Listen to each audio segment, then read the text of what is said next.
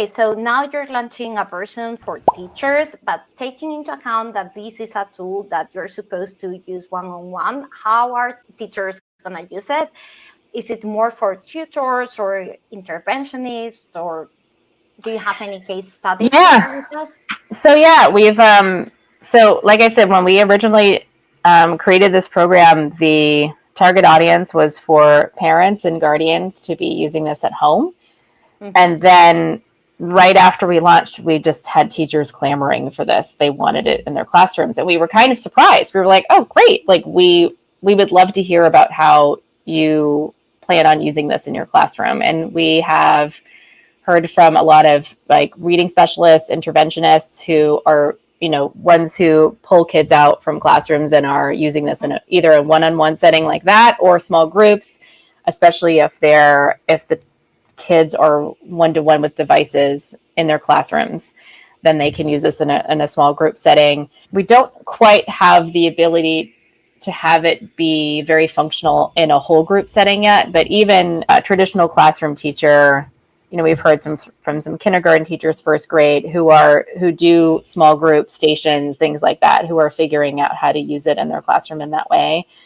And a lot of teachers and administrators and things are figuring out how they can send this home, so they can use it as a collaborative tool with parents at home. So maybe the school will pay for a bunch of licenses and then have this sent home, and then the teacher can use it as they want in the classroom, but then also have coordinate with the parents through the teacher account, all of that, to be able to continue that work at home. So great. It's great to see that educators they love it. They see what we're doing. They're like, great, this like aligns with my curriculum. This aligns with our scope and sequence. Totally get what you're doing here.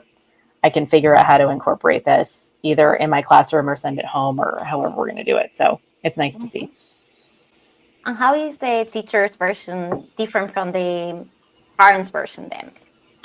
Yeah, so right now, our kind of V1 of the teacher edition, it was getting the curriculum out the door exactly how it is. So the curriculum is exactly the same.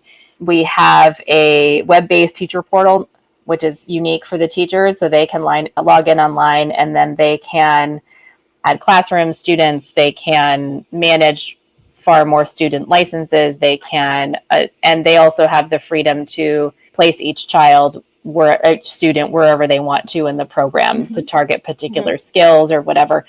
Whereas the parent program has to go through the scope and sequence, has to go through the sequence in order. And there's a limit on the parent version for 3 child profiles. Obviously, teachers are going to need more than that. So it's more the administrative stuff for the teacher side. So it's allowing them to have more freedom over placing the students and being able to manage larger classrooms and student accounts and all that.